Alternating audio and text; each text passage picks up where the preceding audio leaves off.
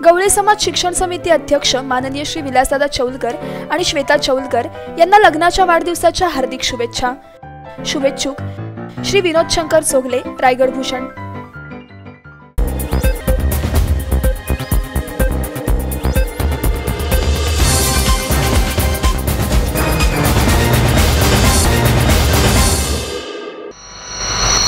चुनावी जुमला म्हणजे लोकशाहीची क्रूर थट्टा, अमोल कोल्हेंची टीका, जनतेला कमी लेखू नका, सरकारला इशारा।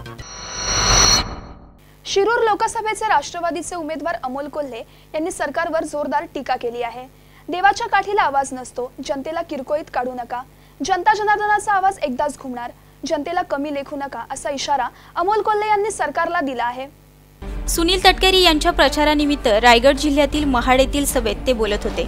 राष्ट्रवादी काँग्रेसचे सुनील तटकरे हे रायगड जिल्ह्याचे लोकसभेचे उमेदवार आहेत। त्यांच्या प्रचाराला महाड येथून सुरुवात करण्यात आली। यावेळी अमोल कोल्हे हे देखील उपस्थित होते। सरकारने गेल्या 5 वर्षापूर्वी दिलेल्या आश्वासनांचा पाढा या ठिकाणी वाचण्यात आला। जनतेची फसवणूक करणाऱ्या सरकारला जनता धडा शिकवेल असं म्हणत जनतेला कमी लेखू नका असा इशारा कोल्हेंनी दिला। चुनावी जुमला म्हणजे लोकशाहीची क्रूर थट्टा असल्याची टीकाही कोल्हेंनी केली आहे।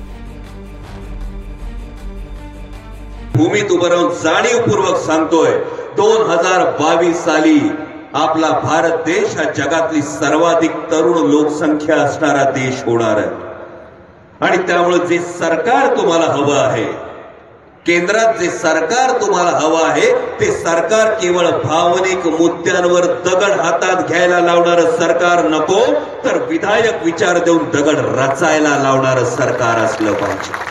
तशी ही 2019 ची निवडणूक झाली। 2019 ची निवडणूक ही शेतकऱ्यांच्या न मिळणाऱ्या हमी भावाची निवडणूक आहे। आज महाराष्ट्रभरातला शेतकरी जर तुम्ही बारकाईने बघितला तर कुठल्याही शेतकऱ्याच्या बायकोला आज रात्री निवांत शांत सुखाची झोप लागत नाही। रात्री झोपल्यानंतर माझी भगिनी 4 वेळा उठून बघते कुंकू बाजूला झोपलंय का दोरीचा फास त्यांनी केलाय। हे अपयश सरकारचं आहे।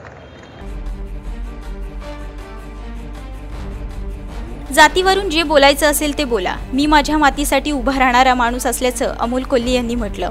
पूर्वीच्या शिवसेना भाजपच्या सरकारचा रिमोट कंट्रोल हा मातोश्रीवर होता। आताची शिवसेना फरफटत चालली असल्याची टीका सुनील तटकरे यांनी केली आहे। तर गेल्या 5 वर्षातील सरकार हे सर्वात दुर्बल सरकार असून सत्तेत बसल्यापासून एकमेकांवर फक्त टीका करण्यात आल्याचे तटकरे यांनी म्हटले आहे। कोल्हापूरच्या सभेमध्ये त्या ठिकाणी सांगितलं उद्धवजींनी की केंद्रात आणि महाराष्ट्रामध्ये असलेलं सरकार नालायकांचं सरकार आहे। हा सवाल विचारतो माझ्या कार्यकर्ता या ऐतिहासिक असलेल्या भूमीमध्ये या नालायकांच्या सरकारमध्ये केंद्रामध्ये असलेले आनंद गीते साहेब, महाराष्ट्राच्या मंत्रिमंडळामध्ये असलेले रामदासजी कदम, सुभाषजी देसाई हे आता कुठल्या व्याख्येमध्ये बसतात, त्या नालायकांच्या परिभाषेमध्ये त्यांचं नेमकं स्थान काय आहे हे आता तुम्हाला निवडणुकीच्या निमित्ताने लोकांच्या समोर त्या ठिकाणी सांगावं लागेल। गेल्या निवडणुकीमध्ये रायगड जिल्ह्यात प्रकल्प आणणार असल्याचे आश्वासन अनंत गीते यांनी दिलं होतं। तर पंतप्रधान नरेंद्र मोदींनी प्रकल्प आणण्यास विरोध केल्याचं वक्तव्य प्रचारावेळी अनंत गीते यांनी पुन्हा करून दाखवल्यास आपण निवडणुकीच्या रिंगणात राहणार नाही असं आव्हान सुनील तटकरे यांनी यावेळी दिलं। 96 सालापासून 2014 सालापर्यंत या मतदारसंघातून गीते साहेब त्या ठिकाणी संसदेचं प्रतिनिधित्व करतात।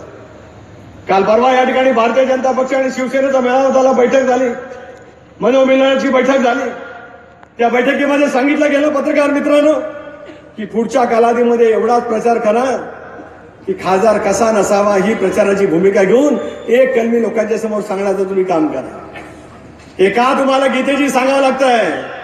अरे सुनील तटकरेच्या बद्दल तुम्हाला बोलायचं असेल तर तुम्ही जरूर बोला, पण 6 वेळच्या टर्मचा खासदार 30 वर्ष खासदारकी भोगलेल्या माणसाने आपलं कर्तृत्व दाखवलं नाही म्हणून आपलं कर्तृत्व लपवण्यासाठी माझ्यावरची फक्त टीका करा एवढाच अजेंडा तुम्हाला लोकांच्या समोर ठेवावा लागतंय। इथे तुमच्या पराजयाची बीजा त्या ठिकाणी रोवली गेलेली आहेत।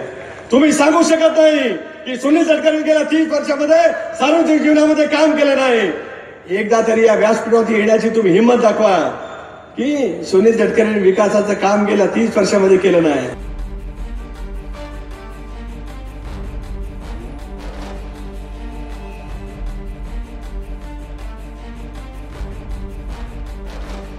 ब्युरो रिपोर्ट, संवाद मराठी लाईव्ह, महाड।